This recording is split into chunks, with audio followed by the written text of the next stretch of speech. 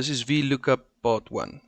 Say for example I wanted to determine what these gentlemen over here would have to pay for their corresponding course.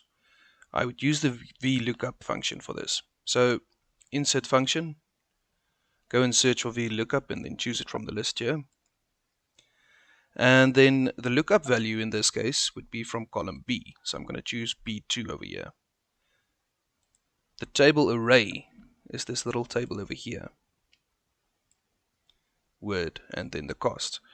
I'm going to use absolute cell referencing here so that the table remains in place if I want to copy this down.